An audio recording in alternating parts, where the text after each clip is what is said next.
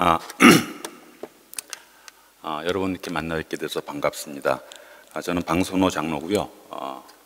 그냥 아무 관계없이 온 건 아니고 제가 95년도에 대한항공 지점에 근무차 95년도에 왔을 때 이 영락교회에 찬양대도 했었고 또 2세들 또 제자훈련도 좀 했었고요. 또 상사 주제 성경 공부도 했었습니다. 그래서 이 영락교회는 프랑크푸르트에 오기만 하면은 항상 제 마음의 고향 같은 곳이기 때문에 또 이렇게 좋은 기회를 목사님께서 주셔서 여러분과 함께 말씀을 나누게 됐습니다. 오늘 여러분과 나누고자 하는 말씀은 오늘 목사님께서 해주신 말씀과도 연관이 되겠죠. 일이니까 예수님과 동행하는 일터. 교회 생활 얘기는 많이 들었기 때문에 일터에 대한 얘기를 여러분과 좀 많이 했으면 좋겠다 그런 생각을 하게 됩니다. 저 그림 같은 것들 보면 이제 그런 의미잖아요. 예수님과 차 타고도 동행하면서 저런 그림들이 이제 계속 나오는데 제가 그린 겁니다. 그러니까 다 의미가 있다 생각하시고 보시면 될 것 같아요. 오늘 예수님과 동행하는 일터에 대해서 성경적으로 어떻게 이해할 것인 것도 있지만 더 중요한 거는 제가 하나님께서 가르쳐 주셨어요. 일터에서 어떻게 살아야 되는지를 많이 가르쳐 주시고 실패도 하고 넘어지기도 했는데 그런 것들을 여러분과 나누면서 좀 위로도 받고 격려도 받고 세임도 얻는 그런 시간이 됐으면 좋겠습니다. 누르면 넘어가는 줄 알았는데 그게 안 된다 그래서 넥스트 비트 해야 될 것 같아요. 다음으로. 자, 우리 같이 성경 구절을 읽겠습니다. 제가 1절 읽고 여러분이 2절 읽겠습니다. 요셉이 이끌려 애굽에 내려가매 바로의 신이 대장 애굽 사람 보디발이 그를 그리로 데려간 이스마엘 사람의 손에서 요셉을 산이라. 2절.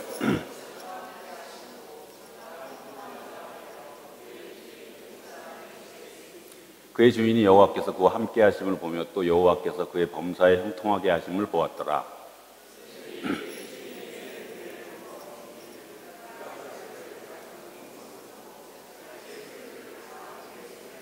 같이 읽겠습니다. 그가 요셉에게 자기의 집과 그의 모든 소유물을 주관하게 한 때부터 여호와께서 요셉을 위하여 그 애굽 사람의 집에 복을 내리심으로 여호와의 복이 그의 집과 밭에 있는 모든 소유에 미친지라. 자, 아까 목사님께서 잠깐 소개를 해주셨는데 제 소개를 잠깐 하겠습니다. 다음. 네. 제가 뭐 이런 사람이다라는 것을 얘기하려는 게 아니라 제가 하는 얘기들이 다 이 일터에서 있었던 얘기예요. 그렇기 때문에 대한항공에서 한 33년 근무를 했고요.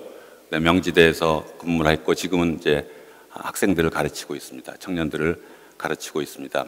일터행전이라는 책이 있는데 거기서 이제 일터에서 하나님께서 가르쳐 주신 것들 함께 나누는 그런 시간도 있었습니다. 지금은 학생들을 가르치고 있는데 6학년인데 제가 6학년 3반인데 6학년 3반 뭔지 아시죠? 6학년 3반인데 20대 애들이 이렇게 같이 저랑 놀아주는 게 참 감사한 마음으로 살고 있습니다. 다음.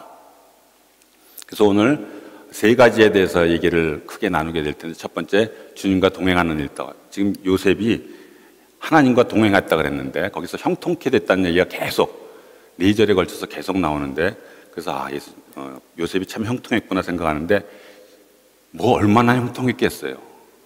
보디발의 종인데 거기다가 보디발 아내는 꼬시고 있죠. 그러다가 오해받아가지고서 감옥에 들어가죠. 그런데 하나님이 요셉과 동행했다. 그래서 형통했다. 계속 그 얘기가 나와요. 동행한다는 것이 어떤 것인지 그냥 잠깐만 보면은 요셉은 참 편했겠구나 생각하는데 그게 아니라 어려웠잖아요. 힘들고 어려웠잖아요. 그런 와중에서도 우리가 하나님과 동행했던 요셉을 생각하면서 우리 일터가 그렇게 쉽지는 않은 것 같아요. 어렵고 힘들고 맘만 먹으면 때려치고 싶고 그런 곳 아니에요. 우리 성도님들은 아닐 수도 있는데 하여튼 그런 곳인데 그런 곳에서 예수님과 동행하는 법을 한번 배웠으면 좋겠다 생각을 합니다. 다음. 그래서 제 얘기를 잠깐 해야 될 것 같아요. 제가 저는 공부를 하고 싶었어요. 공부를 해서 교수가 되고 싶었는데 집안 사정상 경제 형편이 안 좋아서 돈을 벌어야 됐어요. 그래서 돈을 벌기 위해서 그 당시만 해도 대학만 졸업하면 어느 회사든 다 갈 수 있는 때였어요. 그래서 얼떨결에 이 채용 원서를 받아서 본 게 그게 대한항공이었어요. 그래서 요거 잠깐 받고 여기서 이제 잠깐 근무하다가 난 공부를 계속하러 유학을 가야겠다. 어디로? 독일로. 독일어를 전공했기 때문에 목사님도 독일어를 전공하셨고 네. 같은 학교 선배입니다, 제가. 근데 어쨌든 그렇게 대한항공에 얼떨결에 들어오게 됐어요. 그런데 잠깐 있을 그곳이 33년이라는 시간 동안 있게 하나님께서 인도를 하신 거죠. 그러면서 잠깐 있을 곳이기 때문에 정말 열심히 일한 게 아니라 그냥 내가 할 일만 부지런히 딱딱 했어요. 그래서 칼같이 퇴근을 했어요. 칼퇴라 그러죠. 그래서 대한항공이 칼 아니에요. 그래서 대한항공 브랜드에 맞게끔 칼같이 퇴근을 하면서 지내오고 있었대요. 근데 그 당시에 선배들이, 교회에 좋은 선배들이 많이 있었는데 그분들이 어디를 가든지 간에 성역 공부 모임을 만들어라. 그래서 성역 공부 모임을 만들었어요. 회사 내에. 옛날 얘기예요. 제가 83년도에 회사를 입사했으니까. 그죠? 83년도에. 엄청 옛날이죠. 그죠? 그래서 성역 공부 모임을 만들면서, 이게 하나님이 이쪽으로 인도하시는 게 아닌가 이런 생각을 하게 되는데 또 다른 성역 공부 모임을 또 만나게 돼서 대한항공이 신우회가 만들어졌어요. 지금 대한항공 신우회는 엄청나게 활발하게 일하고 있습니다. 그렇게 신우회가 만들어지면서 하나님이 나를 학생들 가르치는 것보다 이 직장에서 뭔가 일을 하기를 원하시는구나. 그래서 이제 대한항공이 믿음의 기업이 되게 해달라고 계속해서 지금도 기도하고 있어요. 지금 40년이 됐는데 거의 대한항공 들어온 지 계속해서 기도하고 있습니다. 그렇게 해서 신우회 생활을 열심히 했어요. 그래서 매일 아침에 아침 7시 반에 회사로 가지 않고 가까운 교회에서 신우회들끼리 만나서 기도하고 회사에서 기도하고 서로 위해서 기도하고 기도하면서 들어가고 그 다음에 일주일에 한 번씩 또 성역 공부 모임도 하고 이렇게 하여튼 즐겁게 회사 생활을 했습니다. 그러면서 제 마음속에는 교회에서도 주일학교 하고 있고 또 회사에서도 이렇게 모임을 가지고 있으니까 참 균형 잡힌 신앙생활을 한다. 그렇게 이제 생각을 하고 있었어요. 그런데 내 마음속에 뭔가 한 가지 부족한 2% 부족한 뭔가를 느끼고 있었어요. 다음 그거를 하나님께서 한 번에 가르쳐 주시진 않고 제가 머리가 둔하기 때문에 조금씩 가르쳐 주시는데 어느 날 그 일터에서 그런 신우회나 이런 사역을 하시는 분들 다 모이는 모임에서 간증들을 하는 거예요. 일터에서 이런 간증이 있었다 저런 간증이 있었다. 근데 그 중에 한 분이 신문사에 근무하는 분인데 신문사 윤정기 뽑아내는 윤정기가 망가졌대요. 윤정기가 망가지니까 신문이 안 돌아가잖아요. 근데 그분이 기도하는 중에 하나님께서 확신을 주셨대요. 그래서 다 나가 있으라 그러고 윤정기에다가 안수를 했대요. 웃기죠. 윤정기 안수하고 그리고 기도를 했다는 거예요. 기도를 하고 근데 하나님이 고쳐주실 거라는 확신이 들어서 아멘 하고 벨브를 눌렀더니 3시간 동안 안 돌아가던 윤정기가 돌아가더라고요. 할렐루야. 그리고 직원들한테 야 하나님이 고쳐주셨다 해서 이제 신문을 뽑아냈다는 간증을 하시는 거예요. 그분이. 저도 나름대로 간증을 하고 있었는데 그분 그 얘기를 들으면서 그 간증이 제 뒤통수를 땅 쳤어요. 뭐였냐면은 하나님이 윤정기에도 관심이 있으시구나. 우리 일터에 윤정기에 관심이 있으시면은 복사기에도 관심이 있을 수 있고 우리가 하는 모든 일에 하나님이 관심이 있구나. 이거를 생각하게 된 거예요. 그러면서 그동안 신우회 사역을 열심히 했잖아요. 회사에서도 뭐 제자 훈련도 하고 전도도 하고 성역 공부 모임도 갖고 리더 훈련 회사에서 청년부 하듯이 열심히 했어요. 그런데 그러다가 내가 일로 할 때는 일하고 뭐 공문을 만들고 또 보고서 만들고 회의하고 할 때는 그냥 내가 알아서 하고 있어요. 그런데 하나님이 그 윤정기 간증을 통해서 그 일을 할 때에도 하나님이 간섭하시기를 원하신다는 것을 하나님께서 가르쳐 주셨어요. 그리고 여러 번 가르쳐 주셨죠. 아둔하기 때문에. 저 만화가 그런 만화예요. 제가 큐티를 아침마다 하는데 큐티 할 때 제가 이 독일에 왔을 때 일이 아주 많았어요. 또 일을 많이 시키시는 지점장이 계셨어요. 그때 차장이었는데 일이 아주 쌓여서 월화수목 금금금 금요일도 금요일, 토요일도 금요일, 주일도 금요일 주일날 잠깐 예배드리고 다시 또 회사 가서 일하고 이렇게 일을 했어요. 그러니까 너무 스트레스가 많이 있다 보니까 큐티 하는데 계속해서 그 회사 일들이 계속 생각나는 거예요. 그러니까 큐티가 잘 안 돼. 묵상이 잘 안 돼. 그럴 때 하나님이 보여주시는 그림이에요, 사실은. 저런 그림. 네가 가지고 있는 고민, 문제, 회사 업무, 미팅, 만날 사람, 그거 큐티 시간에 올려놓으래. 그래서 저는 그거는 그 지저분한 건데, 큐티 시간은 하나님과 1대1로 공백, 그 아주 진하게 영적인 얘기만 하는 거로 생각을 했는데, 하나님이 저런 마음을 주셨어요. 그래서 그때부터, 그래요? 그럼 올려놓겠습니다 해서 제가 회사 일터 일을 막 올려놨어요. 막 올려놓으니까 하나님이 일을 잘 하시더라고요. 업무 능력이 뛰어나세요. 하나님이 일하시는데 놀라운 경험들을 많이 했어요. 특히 이곳에서 많이 했어요. 독일에서. 왜냐하면 워낙 힘들었기 때문에. 그러니까 힘든 곳이 하나님이 일하시는 곳이라는 것들을 다시 한번 발견하고, 혹시 여러분들 중에 힘든 상황에 있다 그러면 최고예요. 하나님이 일하시는 곳이에요. 뭘 하면 올려드리기만 합니다. 하나님이 일하세요. 다음. 그런데 제가 왜 그동안 그렇게 일은 내가 하고 내 상식과 내 지식으로 하고, 또 신우의 사역, 제자 훈련, 큐티 할 때는 하나님과 함께 하고 그렇게 생각하고 이렇게 나눠놨냐 생각했더니 그게 이원론이라는 담벼락. 이원론. 종교적이고 거룩한, 영적인 것은 거룩한 거고, 세상적이고 세속적인 일은 그거는 좀 세속적이고 더러운 것이야. 그러니까 어떻게 했다?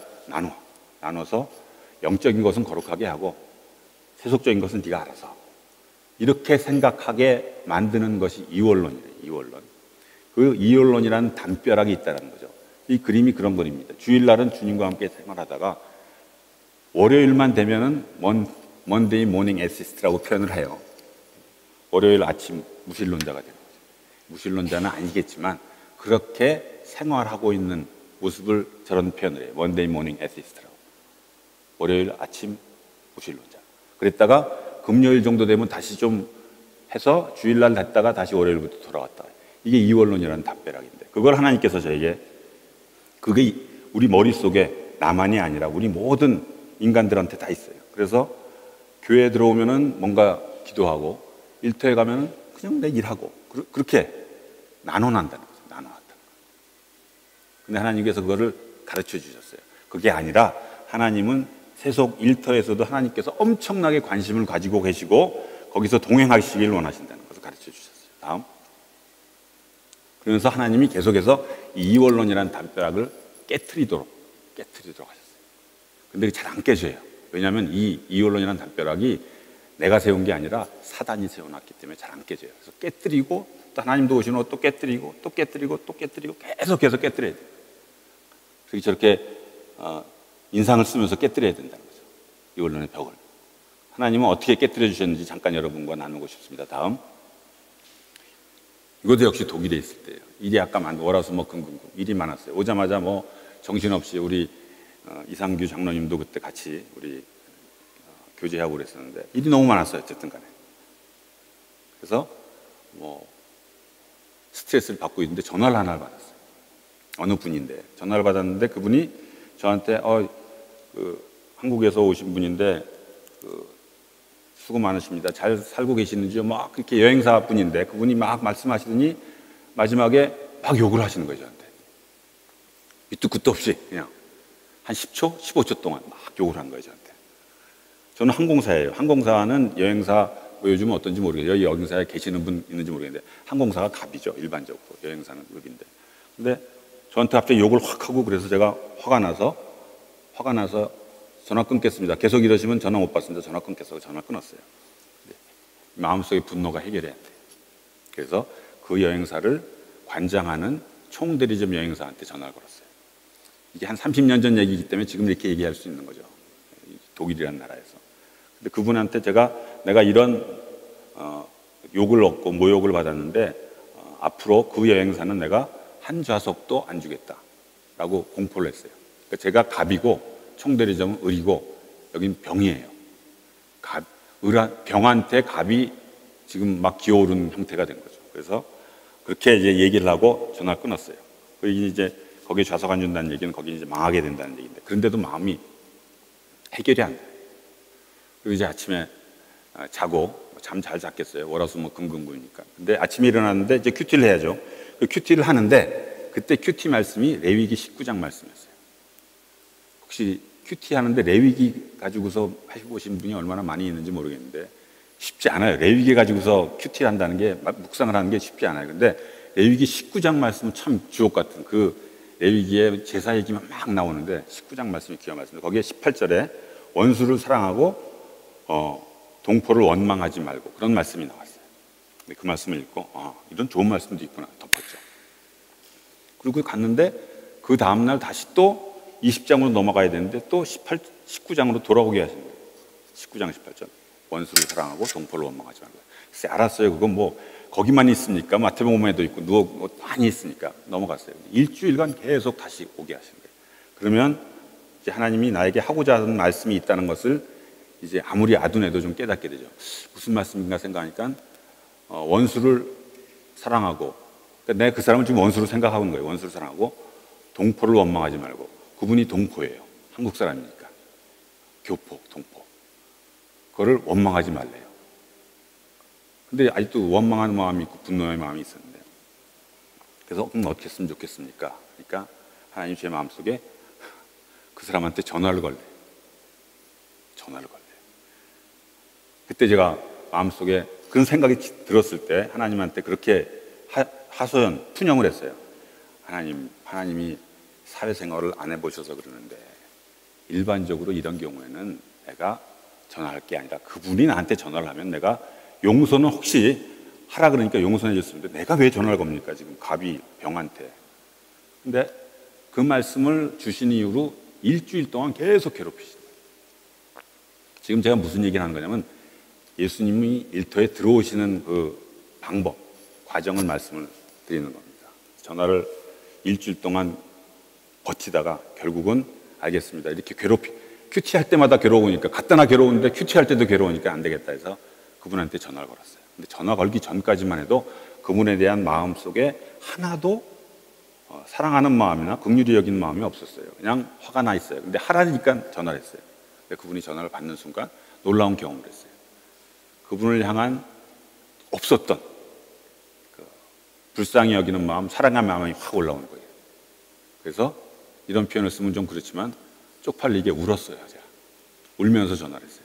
혹시 제가 잘못한 게 있으면 용서해 주기 바란다. 내가 한 게 아니라 하나님이 하게 하셨어요. 이거는 정말 하나님이 동행하지 않으면 할 수 없는 표현이었는데, 그렇게 하는 순간 이제 나중에 그 얘기까지 하면 되지만 오해가 있었어요. 나중에 오해가 있어서 그분이 저한테 대해서 미안한 마음, 죄송한 마음이 있었는데 어떻게 표현할까 이러고 그분도 2주 동안 기다리고 있었고 저는 2주 동안 화가 나 있었는데 하나님이 오셔서 그 일터의 문제에 개입하시는 거죠. 개입하셔서 놀라웠게 역사하시는 것들을 하나님께서 가르쳐 주셨어요. 하나님, 제가 만약 그분한테 전화를 안 걸고 그리고 그냥 그렇게 지나갔어요. 그럼 그 회사는 망했겠죠. 근데 그게 제 커리어에 아무런 문제가 없어요. 제 진급되는 데 문제 있는 거 아무것도 없어요. 그냥 갔을 거예요. 근데 하나님이 동행하시고 개입하시니까 이게 이렇게 사는 게 아니라, 이렇게 일하는 게 아니라 하나님이 원하신 대로 원수를 사랑하고 동포를 원망하지 말고 라는 것을 일터에서도 경험하라는 가르침이었죠. 그 위에도 여러 가지 많은 것들 얘기하려면 시간이 많이 걸리기 때문에 넘어가도록 하는데, 어쨌든 그렇게 하나님께서는 전화통을 통해서도 부흥케 하셨고 때로는 호텔방 출장 가서도 부흥회를 혼자 막 하게 하셨어요. 주일날 또 부흥회 기간 교회에서가 아니라 호텔방 부흥회에서도 문제가 해결되지 않는 문제 놓고 기도하는데 하나님께서 부흥회를 열게 해주시고 또 하나님이 동행하시는 것들을 체험하게 해주신 거죠. 다음. 그러다 보니까 좀 이제 일에 대해서 내가 내 일을 내가 하는 게 아니라 하나님께 올려드리자.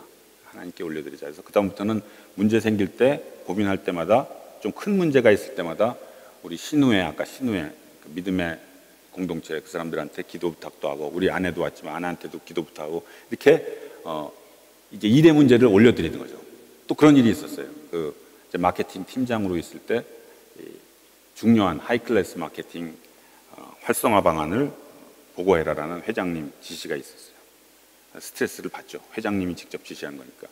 근데 제가 하이클래스라는 건 여기서 비즈니스가 아니라 퍼스트 클래스예요. 근데 퍼스트 클래스를 한 번도 타본 적이 없어요.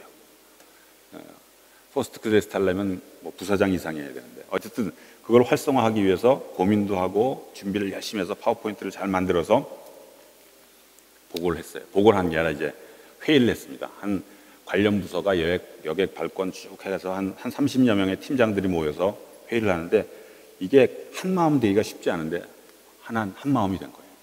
프레젠테이션 딱 했더니 다 좋다 우리 한번 해보자 해가지고선 활성화하게 되기로 한 거죠.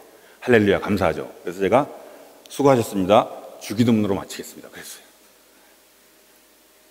혹시 그런 실수한 적이 있는지 모르겠는데, 그러니까 주변에 있던 팀장들이 다 웃었죠. 근데 제가 이제 대한항공 그 신우회 회장도 하고 그런 사역들을 많이 하니까 이해는 해줬지만 그때 이제 창피했습니다. 그래서 잘 마무리됐는데 그때 이제 느낀 거예요. 아, 회의도 하나님께 드려지는 예배가 될 수 있구나. 주기도문으로 끝날 수가 있는 거예요. 뭐 예배 드릴 때만이 아니라 하나님과 시작해서 하나님 주기도문 할 수. 그렇다고 이제 일터에 가셔서 이제 앞으로만 회의할 때 주기도문으로 끝나고 그렇지는 않았으면 좋겠습니다. 이상한 사람으로 볼 거예요. 내 마음속에 하나님께 내 일의 문제를 올려드리고 마무리하게 해드리는 것. 그게 이제 예수님이 일터에 우리가 모시는데, 그러니까 일터에 동행하게 하시는데 깨닫게 하시는 것들이에요. 다양한 모습들로 한 번에 깨닫게 한 게 아니라 또 깨닫게 하시고 또 가르쳐 주시고 또 가르쳐 주시고, 그러면서 이제는 어느 정도 그런 훈련을 하시고 하다 보니까 일터에 그런 문제들이 생길 때마다 하나님 이번에 어떻게 하실지 이런 생각이 들어요. 약간 기대가 돼요. 안 풀릴 때. 잘 풀릴 때가 오히려 교만하게 되죠.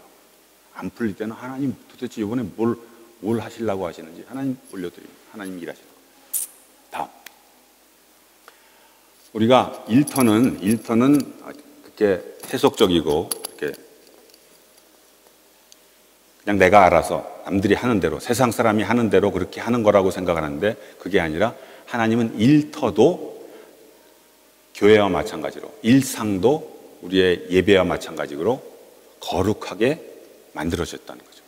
우리가 하나님과 동행하면서 살 때 거룩한 삶을 살 수 있는데, 그 말씀이 에스겔에 이런 말씀이 있더라고요. 제가 읽겠습니다. 그날에는 말에 닿는 방울까지 여호와께 성결이라 기록될 것이라.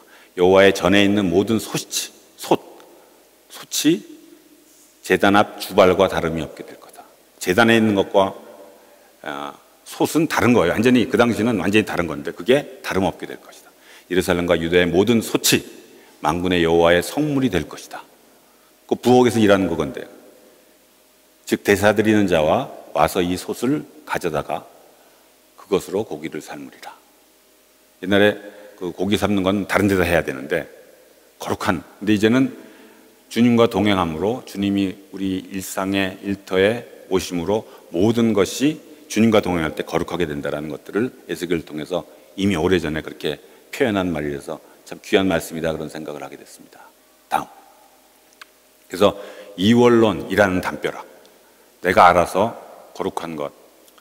오늘 비전 트립 간다는데 비전 트립 가기 전까지 얼마나 뜨겁잖아요. 저도 비전 트립을 좀 갔었는데 이제 갔다 오면은 또 우리 성도들은 안 그러겠지만 이게 또 비전 트립 전후가 또 달라지는 경우가 있어요.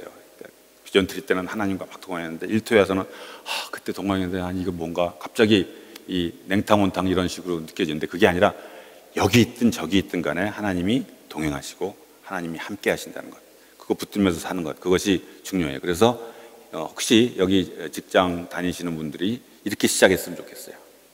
이게 실천사항이죠.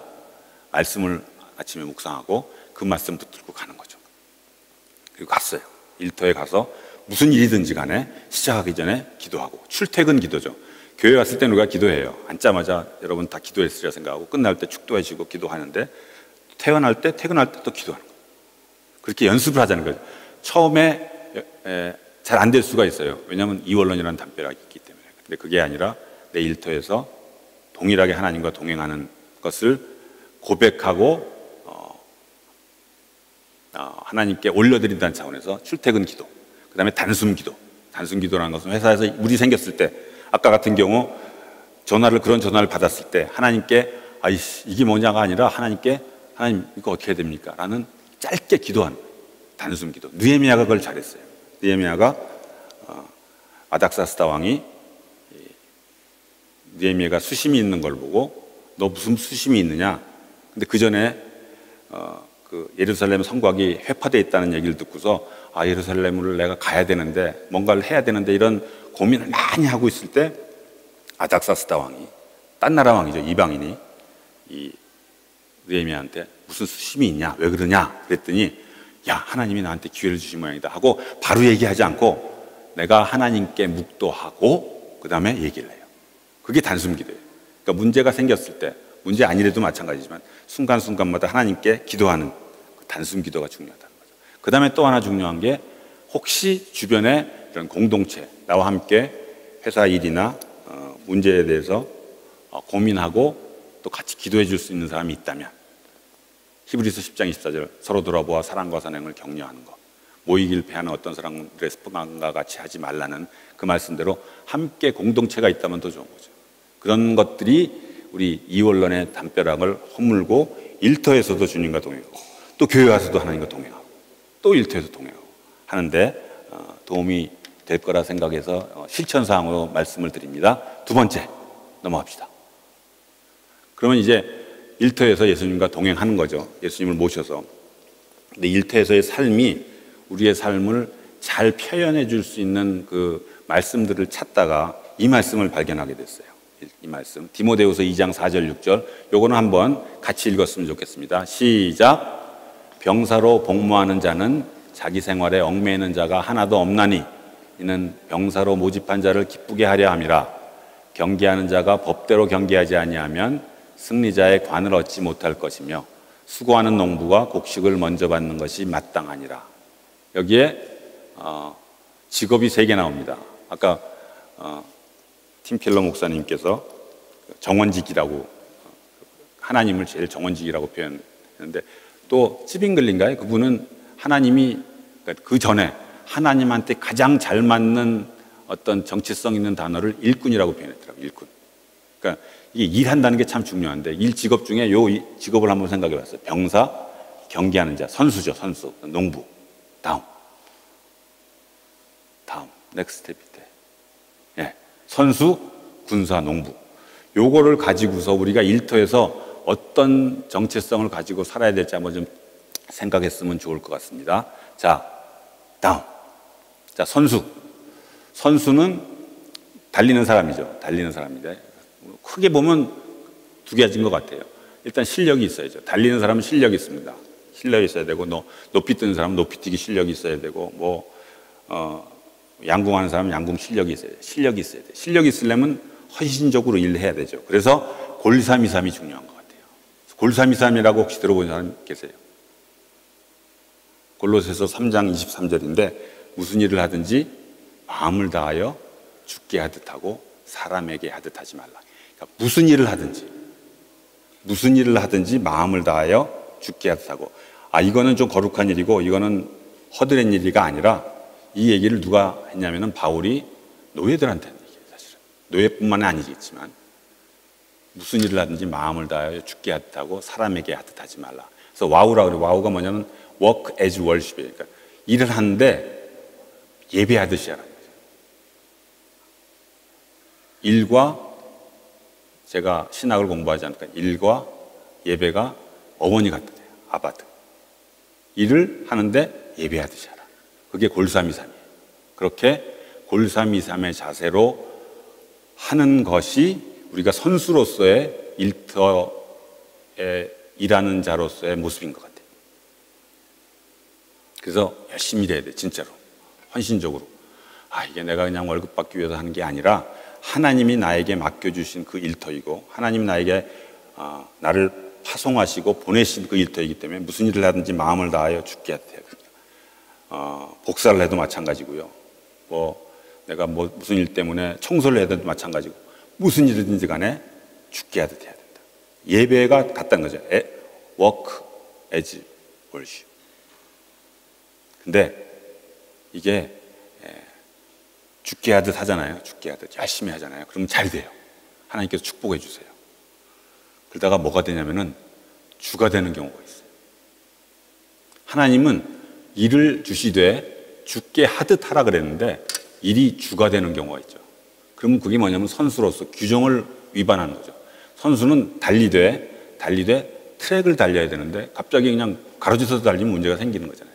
아무리 잘 달려도. 선수는 골삼이삼의 자세로 주님께 하듯 열심히 부지런히 성실하게 우리가 맡겨주신 일들을 해야 되는데 그게 주가 되지 않도록 깨어 있어야 됩니다. 그러니까 골삼이삼이 때로는 변질되기도 한다는 거죠. 제가 그런 경험이 있었어요. 제가 이제 회사에서 좋은 기회를 주셔서 공부를 하고 왔어요. 외국에서 공부를 하고 와서 이제 배운 것들이 있으니까 막 열심히 일을 했어요. 막 열심히 일을 해서 막 뭐 정말 열심히 하고 직원들이랑도 잘 맞아가지고선 열심히 일을 해서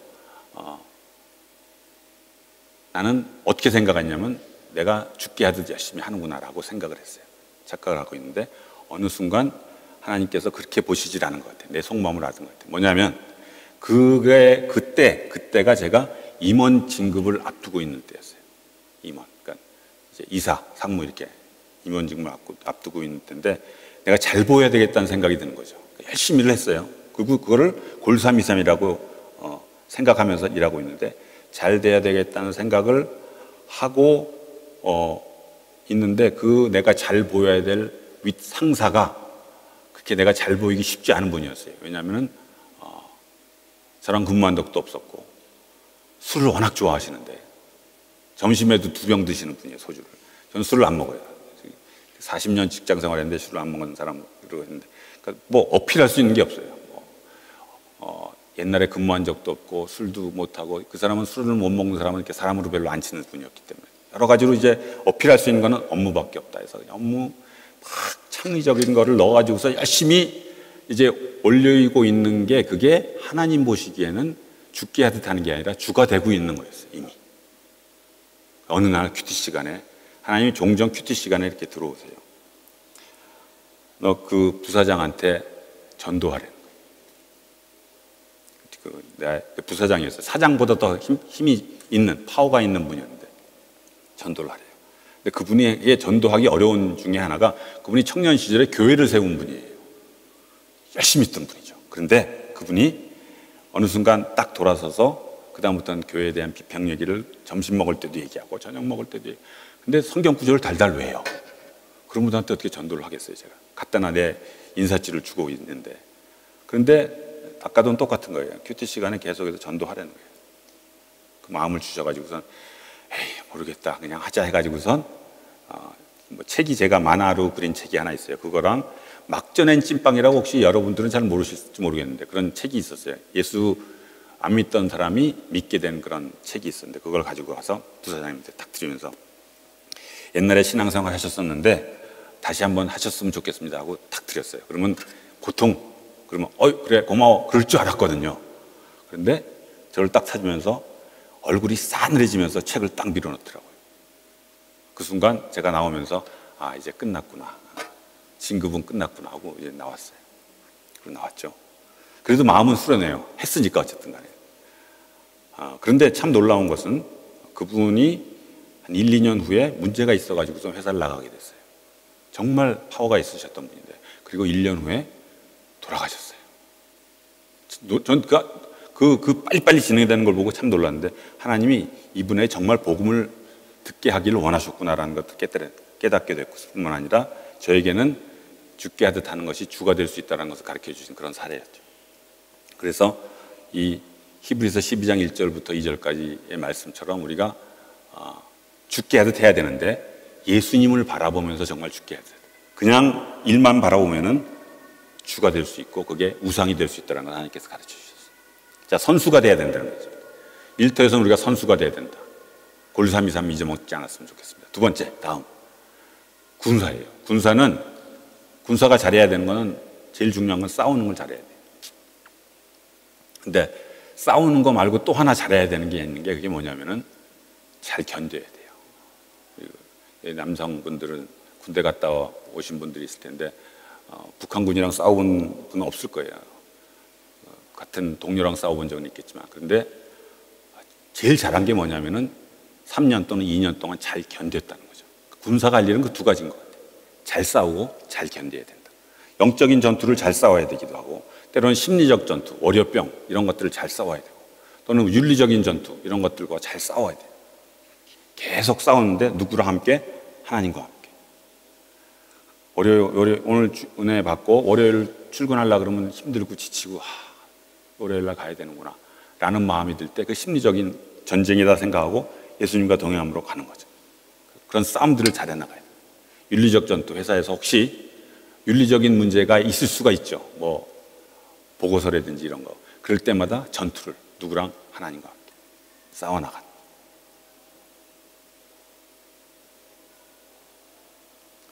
이 얘기도 제가 청년부 부장을 오래 했었어요. 청년부 부장. 그래서 비전 트립도 많이 갔었다 그랬죠. 몽골도 가고 뭐 중국도 가고 그랬었는데 이제 청년들이 6월 달 정도 되면은 이제 비전 트립 체제가 딱 됩니다. 딱 되니까 아주 열심히 모여서 우리 영락교회 분들도 열심히 모여서 준비하는 줄 알고 있습니다. 열심히. 근데 이제 보통은 뭐 일주일에 한 번씩 모이다가 이제 가까우면 매일 모여요. 매일 모여요.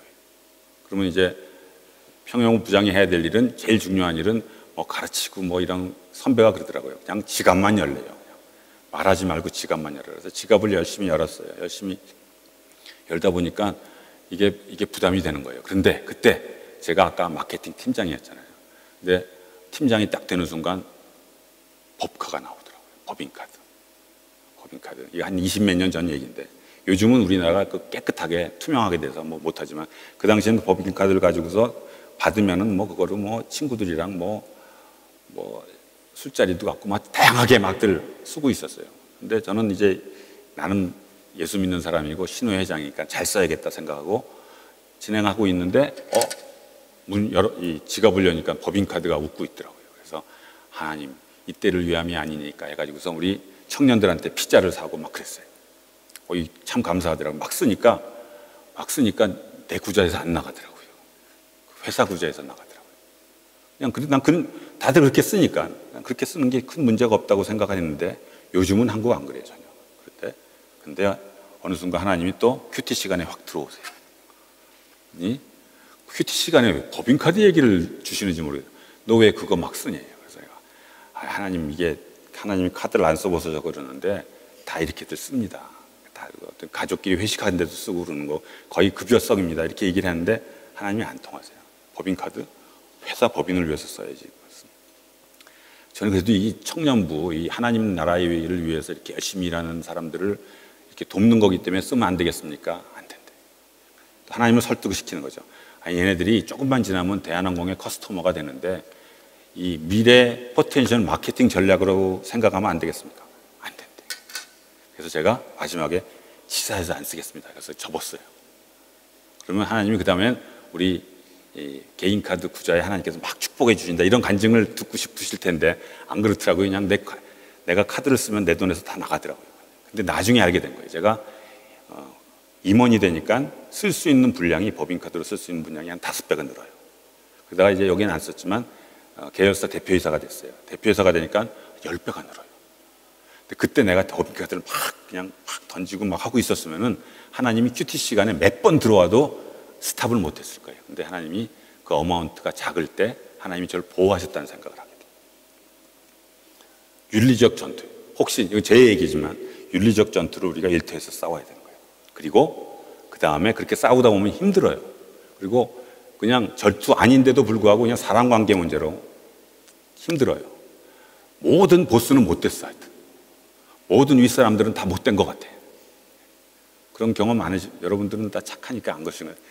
하여튼 윗사람들은 이렇게 다 못됐나 이렇게 생각했는데 제가 윗사람들 된 사람들과 함께 얘기 나눠 보니까 모든 밑에 사람들은 왜 이렇게 게으르냐. 그렇더라니까요.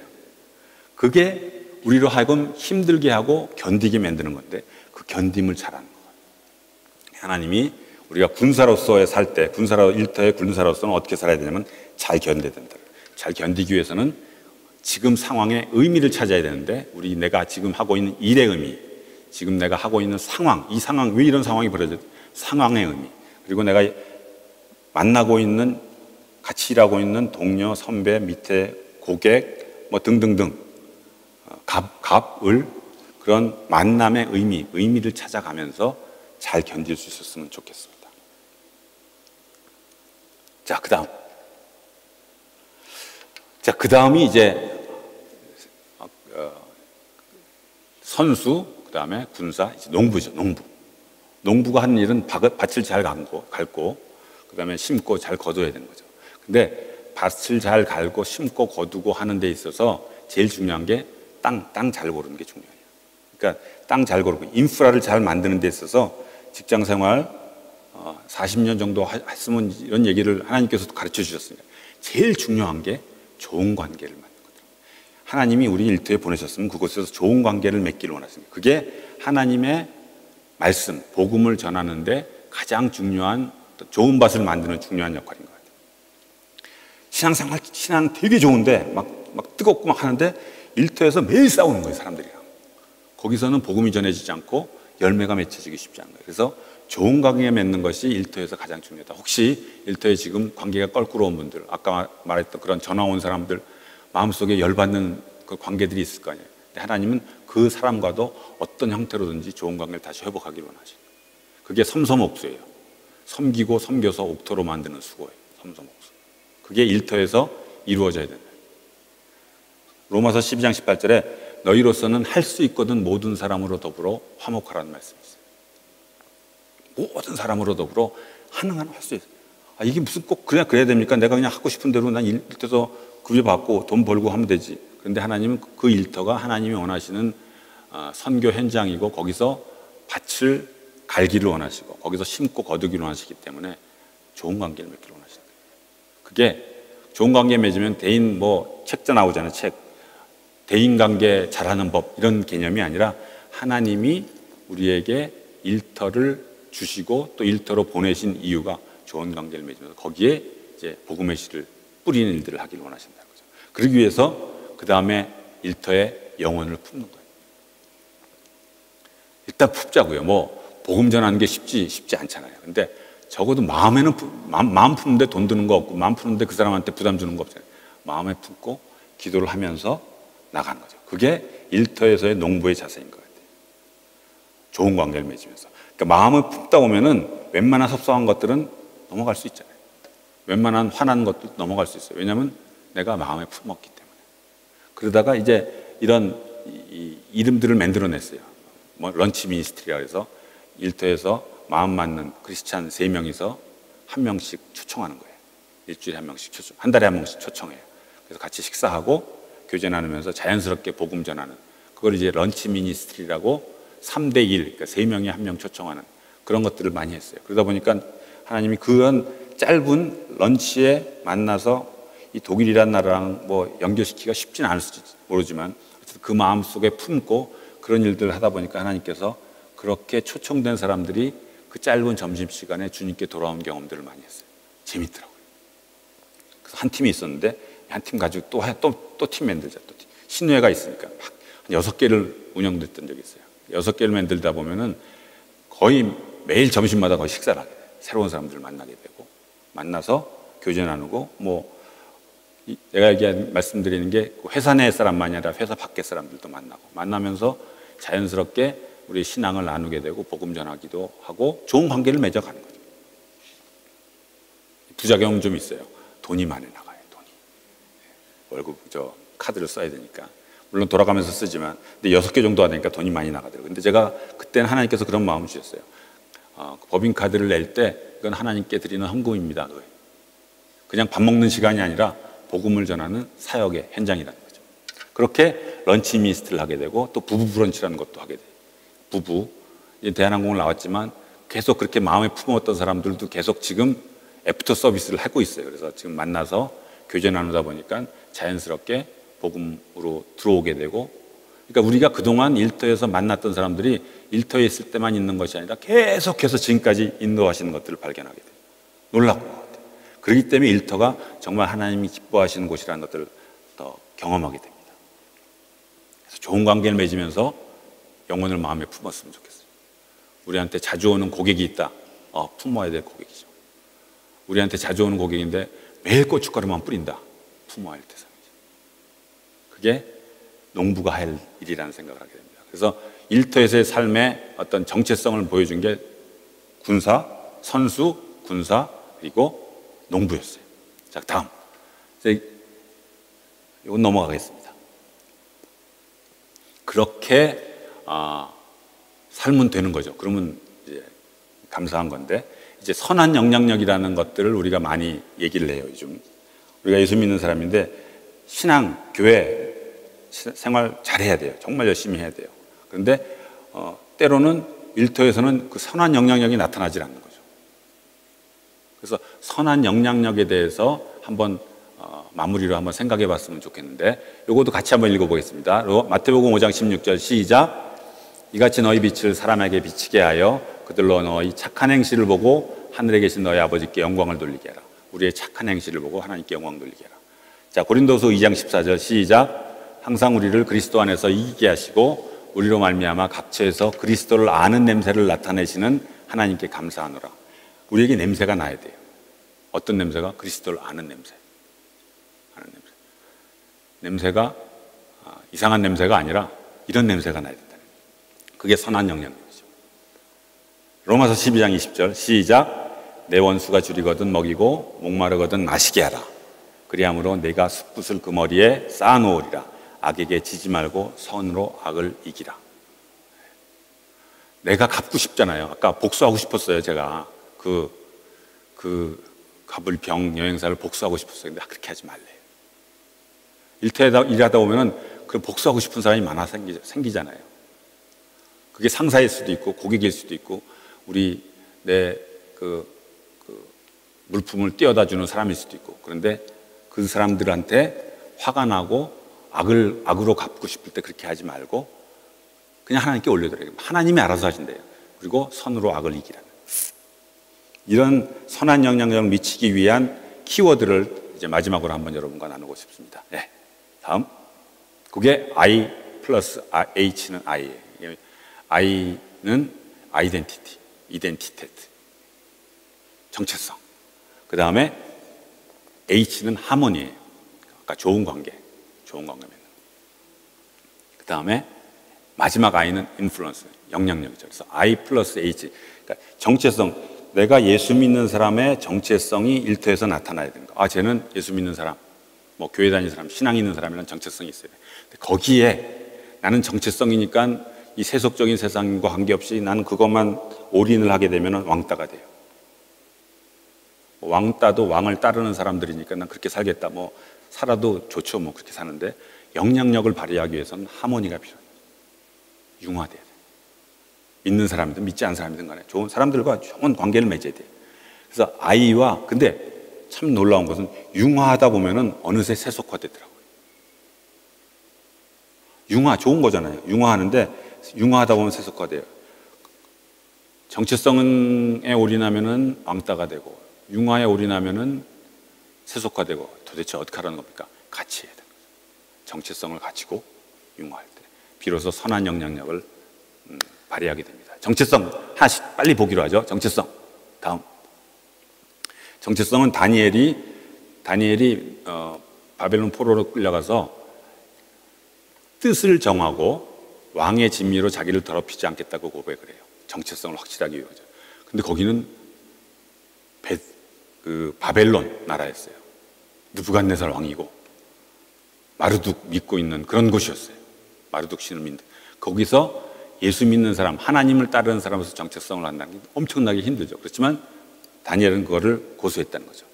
그게 이런 모습으로 나타나는 것 같아요. 하나님을 두려워하는 모습. 일터에서 하나님보다 더 두려워하는 것들이 때로는 있어요. 저한테는 그 당시에 대한항공에 있을 때 회장님이 이렇게 무섭더라고요. 임원이 되니까, 임원 됐을 때 너무 좋았어요. 하나님이 이렇게 나를 뭐 대기업에 별을 달게 해주셨구나. 딱 3개월 좋더라고요. 그다음부터는 제가 임원이 그런 뜻인지 몰랐는데 나중에 알고 보니까 임시직원의 약자더라고요. 언제든지 날아갈 수 있다라는 거예요. 그런데 그런 상황 속에서도 내가 사람보다 또는 어떤 것보다 하나님을 두려워하는 모습, 그게 정체성이에요. 그런 두려워하는 모습 속에, 하나님을 두려워하는 모습 속에 나의 삶은 아까 말한 대로 우리의 착한 행실을 보고 하나님께 영광 돌리게 하라. 마태복음 5장 16절처럼 착한 행실이 따라가야 된다. 이 착한 행실은 종교적인 행실이라기보다는 모든 사람이 볼 수 있는 착한 행실이에요. 모든 사람이 볼 수 있는. 삭개오가 뽕나무에서 예수님을 만난 다음에 그가 변했어요. 변하고서 제일 먼저 한 게 성전으로 가서 제사 드리질 않고 뭘 했냐면은 지갑 열었어요. 자기가 그동안 토색한 거 있으면 다 나눠주겠다. 그러니까 착한 행실을 한 거죠. 일상에서, 일터에서 일어난 착한 행실을 한 거죠.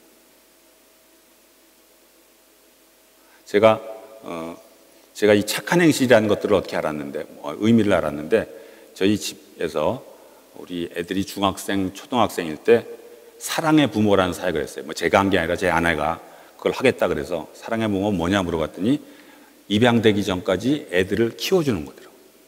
뭐 6개월 된 애들, 어떤 애는 뭐 40일 된 애도 그런 애들 키워주는 거예요. 왜냐하면은 그 영아실에서는 애들 키우는 게 힘드니까 좀 집에 데리고 가서 사랑을 주면서 키워달라는 거죠. 근데 그걸 하겠다는 거예요. 저는 우리 애 키울 때도 별로 도움이 안 됐기 때문에 좋은 거 하시라고 그래서 이제 했죠. 그래서 애들이 중학생 6학년 때인데 애들이 들어오기 시작했어요. 사랑의 부모. 그래서 한 3년을 했어요. 3년. 근데 이제 그 부작용은 뭐냐면 잘 키웠는데 한 6개월이 지나갔을 때 입양될 때 이제 보내는 게, 공개 입양이면 괜찮은데 비밀 입양일 때는 그냥 보내주고서 더 이상 그 아이를 볼 수가 없어요. 어디 있는지도 모르고. 이제 그런 일 때문에 아내도 힘들고 우리 아이들도 막 그 정 때문에 힘들어했던 그런 경험이 있어요. 그럼에도 불구하고 3년 동안 정말 풍성한 시간이었어요. 그 아기들을 키운 시간. 그리고 그 중에 한 애는 아직도 지금 군대 갔는데 40일 때 우리 집에 들어와서 키우다가 우리 교회에 있던 부목사님이 공개 입양을 하셔서 쭉 자라서 지금 이제는 군대에서 지금 군복무하고 있는 친구예요. 계속 관계를 맺으면서. 그런 하여튼 좋은 관계들을 하나님께서 허락해 주시고 감사했죠. 그 얘기를 제가 그 직원들이랑 얘기하면서 내가 요즘 왜 그런 얘기를 하게 됐냐면 우리 집에 제가 직원들을 초대를 했어요. 초대를 했는데 아들 둘이 있는 건 아는데 조그만 애가 있는 거지. 그래서 우리 팀장님이 실수를 했나 아니면 어디서 무슨 일을 한 거지 이제 그런 오해를 살 수도 있겠다 생각해서 이 애는 이렇다 이제 설명을 쭉 한 거죠. 그러니까 그때 우리 직원들이 재밌는 얘기를 했어요. 역시 예수 믿는 사람이 다르네요. 그러더라고요. 근데 저는 그동안 정말 예수 믿는 사람으로서 큐티도 열심히 하고 뭐 성경도 열심히 하고 공부하고 제자 훈련도 하고 전도도 하고 열심히 했는데 안 믿는 사람한테는 하나도 안 보이더라고요. 안 믿는 사람한테는 그냥 착한 행실이 그게 보이는 거예요. 그게 정체성인 것 같아요. 하나님을 두려워하는 모습으로 우리의 삶에 그들이 볼 수 있는 착한 행실을 할 때 그게 참 정체성의 모습이라는 생각입니다. 그런 정체성을 가져야 됩니다. 그 정체성을 가지고 어떻게 된다? 융화해야 된다. 다음 융화. 12장 18절 아까 얘기했죠. 로마서 할 수 있거든 모든 사람으로 더불어 평화하라, 화목하라 그 말씀. 좋은 관계를 맺어야 돼요. 좋은 관계. 마태가 예수님이 세관에 있던 마태를 불렀어요. 그래서 세관에 있던 마태가 그냥 주님을 따랐어요.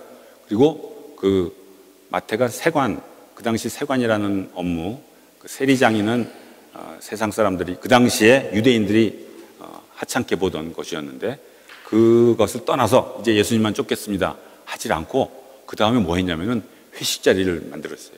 제가 한 얘기가 성경에 나온 거예요.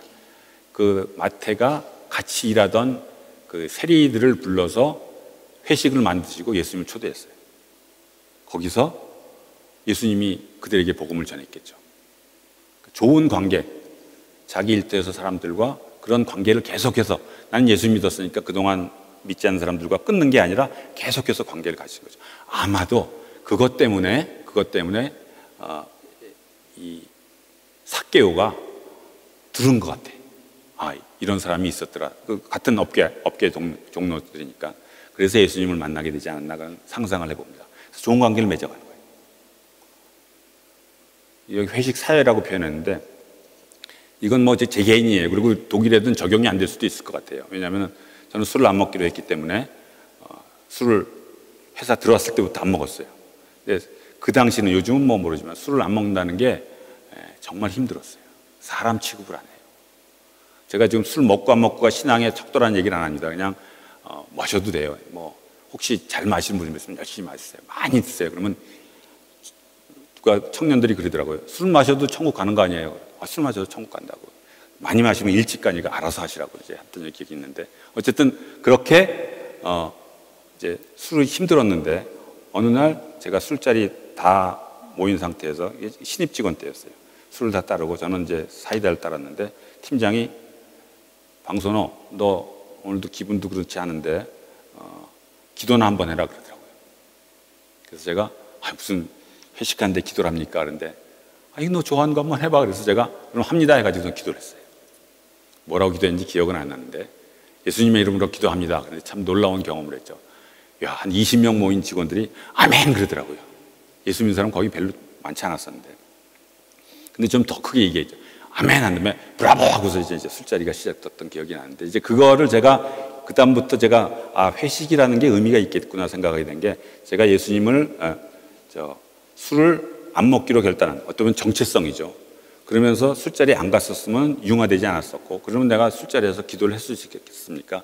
못했겠죠. 또는 술을 잘 마시면서 거기서 있었으면 누가 나한테 기도를 시켰겠어요. 그런데 작은 사례지만 정체성을 가지고 융화하니까 그 술자리에서도 기도할 수 있는 그런 사례를 보여주신 거죠. 그러면서 회식이 독일에는 적용 안 되는 거예요. 그러니까 독일이라는 사회, 또 해외라는 사회가 아니면 우리나라의 그 당시, 요즘 우리나라도 이제 그런 건 아닌데, 그런 사회 속에서 조그만 어떤 정체성, 선한 영향력으로 나타날 수 있지 않았나 그런 생각을 하게 돼요. 그때부터 제가 회식 사역이라고 이름을 붙였어요. 그래서 노래방 가서 탬버린 치는 거, 이걸 내가 왜 해야 되냐?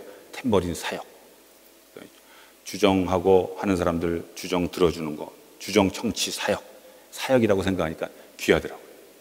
영향력을 많이 하게 돼요. 술 취한 사람, 난 술을 안 먹었으니까 집에까지 라이더 해주는 거, 이런 사역들이 융화할 때 가능한 거죠. 그냥 난 예수 믿는 사람이니까 딱 빠져나오는 거로 끝나는 게 아니라 융화할 때 이것들이 정체성으로 융화될 때 영향력으로 나타나는 거죠. 요셉도 그랬던 것 같아요. 요셉이 누명 쓰고 감옥에 갇혔을 때 얼마나 화가 났겠어요. 아이씨, 이제는 그냥 난 끝났나 보다 해서 이러고 있었으면, 그냥 계속 가만히 있었으면은 그냥 가만히 있었겠죠. 근데 그때 그 요셉은 계속해서 거기에 있는 사람들과 융화하면서 그들에 대해 관심을 표명했죠. 그러다 보니까 떡만큼 관원, 술 맡은 관원에게 꿈도 풀어주고, 거기에 모인 사람들과 관계를 맺으면서 거기서 이제 바로 왕을 만나게 되잖아요. 그게 융화의 큰 힘인 것 같아요. 우리 예수 믿는 사람들이 때로는 이 융화를 잘 못하는 것 같은데, 그게 중요한 또 하나의 포인트라는 생각합니다. 근데 정체성을 가지고. 자, 마지막 영향력. 그렇게 될 때 마태복음 5장 16절에 아까 저희로 너희 착한 행실을 보고 하나님께 영광을 돌리게 되는 놀라운 경험이 있게 됩니다. 한 자매 얘기를 제가 하고 이제 사례는 마치고 마무리를 하려고 합니다. 한 자매가 있었어요. 회사 내에 신우회, 그러니까 신앙 좋은 자매인데, 그 자매가 회사 내에 아주 높은 임원에 비서를 뽑는, 거기에 이제 선발이 됐어요. 그래서 이제 면접 대한항공에 한 2만 명 돼요. 거기서 면접에서 한 명이 뽑힐 거예요. 아주 높은 임원이기 때문에 한 명을 뽑았는데, 그 높은 임원의 어떤 문제가 뭐였냐면은 한 명을 뽑아 놓으면은 한 달 있다가 나 못하겠어요. 그래서 나가요. 나간다는 게 난 비서 직원 하던 일을 계속 하지 거기 못 있겠다고 나가거나, 아니면 그 임원이 그 직원을 쟤 안 된다 보내라 해서 이제 있던 부서로 다시 보내고, 이런 관계였어요. 그러다 보니까 인사부에서 이 사람을 뽑는 게 너무 힘든 거예요. 워낙 높은 임원인데 잘 보내야 되는데, 잘 좋은 사람을 만나야 되는데, 그런데 이렇게 선발을 해서 뽑은 사람이 한 자매인데 신우회원이었어요. 저는 그 자매한테 안 했으면 좋겠다 그랬어요. 왜 그 힘든 일을 하려고 그러냐? 네가 지금 하고 있는 일 잘하면은 다른 면에서 선한 영향력을 미칠 수 있는데 왜 그러냐 그랬더니 한번 해보겠다는 거예요. 그러니까 호랑이 굴에 들어가 보겠다는 거예요. 그래서 항아리 기도를 했죠. 신호에서 그 자매를 놓고 항아리 기도도 해주고, 파송장 해가지고선 그 어려운 곳에 가는데 잘 하기를 바란다고 파송장도 전달하고, 그리고 이제 계속해서 기도를 했어요. 그 친구도 기도하고. 놀라운 결과가 났는데, 뭐 별로 놀랍지는 않을 수도 있어요, 여러분한테는. 그 친구가 보통 그 비서는 길으면 3개월, 짧으면 1개월 있다가 나갔어요. 힘드니까, 쫓아내니까. 근데 그 친구가 3년 5개월을 했어요. 3년 5개월. 별로 안 놀랍잖아요. 3년 5개월, 그게 뭐. 근데 인사부에 더 놀라운 건, 인사부에서 그걸 보고서 어떤 판단을 했냐면, 신후의 사람을 앞으로 추천해야겠구나 라는 판단을 하게 된 거예요. 그게 영향력. 예수 믿는 사람의 성품, 예수 믿는 사람의 그 일하는 자세, 뭐 이런 것들, 그리고 잘 견디고 또 인내하고 이런 모습들을 보면서 그런 알게 모르게 자기는 그냥 정체성을 가지고 들어갔을 뿐인데 그런 영향력을 인사불안대는 믿는 곳과 관계없는 곳이잖아요. 그런데도 불구하고 그런 판단을 하게 된 거죠. 그게 선한 영향력인 것 같아요. 정체성을 가지고 그 속으로 들어갈 때 그런 영향력을 발휘한다. 다음, 지금까지 한 얘기를 이렇게 정리를 해봅니다. 이원론이라는 벽을 우리가 허물어 가자는 거죠. 그리고 일터에서 선수로서, 군사로서, 농부로서 살아야 된다. 그리고 선한 영향력 맺히기 위해서 정체성을 가지고 융화하면서 그렇게 나아갈 때 선한 영향력을 미칠 수 있다는 거죠. 우리 일에 대해서 그동안 그냥 일은 돈 벌기 위한 거고 내가 생필이라고 생각을 하는데 모세, 요 한 얘기만 하고 제가 기도하고 마치겠습니다. 하나님이 모세를 광야에서 만났어요. 가시떨기나무, 불 붙는 가시떨기나무에서 만나서 처음 한 얘기가 뭐냐면 네가 가지고 있는 게 뭐냐 그래요. 이 지팡이입니다 그래요. 지팡이입니다. 여기서 지팡이입니다라는 것은 우리가 은유적으로 생각한다면 40년 동안 이 애굽 생활 말고 광야에서 40년 동안 목동으로서의 어떤 그 상징이 될 수 있겠죠. 뭐 하여튼 흠도 많이 있겠고 스크래치도 많이 났을지 모르겠어요. 근데 그 출애굽기에 보면은 4장에 그렇게 네 지팡이입니다 얘기했는데 나중에 모세랑 하나님이 계속 밀당을 하잖아요. 가라 못 간다, 가라 못 간다 하다 결국 가겠습니다 하고 4장 뒷부분에 보면 뭐가 나오냐면 이제 애굽으로 가는 거예요. 그런데 그때 모세의 손에 뭐가 있었냐면 하나님의 지팡이가 있더라고요. 하나님의 지팡이. 근데 그 지팡이가 이미 그 목자의 손에 있었던 그 지팡이랑 다른 게 아니라 동일한 지팡이에요. 자기네 지팡이 아무것도 아니라고 생각한 그 지팡이인데 그게 이제 하나님의 일을 향해서 가는 그 모세에게는 그게 하나님의 지팡이가 됐고 그 지팡이로 10가지 재앙을 내리고 홍해를 가르고 그런 놀라운 일들을 행하셨잖아요. 우리가 지금 일터에서 하는 일, 직장, 일터 그것이 그냥 있는 곳이 아니라 하나님이 우리에게 맡겨주신 지팡이라고 생각하고 그 지팡이로 그냥 목동만 치는 게 아니라 10가지 재앙도 내리고 또 홍해도 가르는 그런 하나님의 수단으로 또 하나님의 귀한 일로 쓰이는 그런 일터가 됐으면 좋겠다. 그리고 그런 일터에서 일하는 여러분이 됐으면 좋겠습니다. 기도하겠습니다. 하나님 아버지 감사합니다. 주님께서 오늘 우리 프랑크푸르트 영락교회 귀한 성도님들과 함께 일터에 대해서 일터에 예수님 모시는 것에 대해서 함께 얘기 나눴습니다. 일터가 그렇게 쉽지 않고 어렵고 때로는 스트레스 받고 불안하고 염려되고 두려울 때가 있습니다. 그런데 그곳이 하나님이 우리와 함께 하시길 원하시고 거기서 일하시길 원하시고 놀라운 축복, 놀라운 일들을 기적들을 이루시는 곳임을 기억하고 감사함으로 주어진 일들을 감당하는 우리 성도님들 될 수 있도록 주님께서 인도하여 주시옵소서. 예수님의 이름으로 기도합니다. 아멘.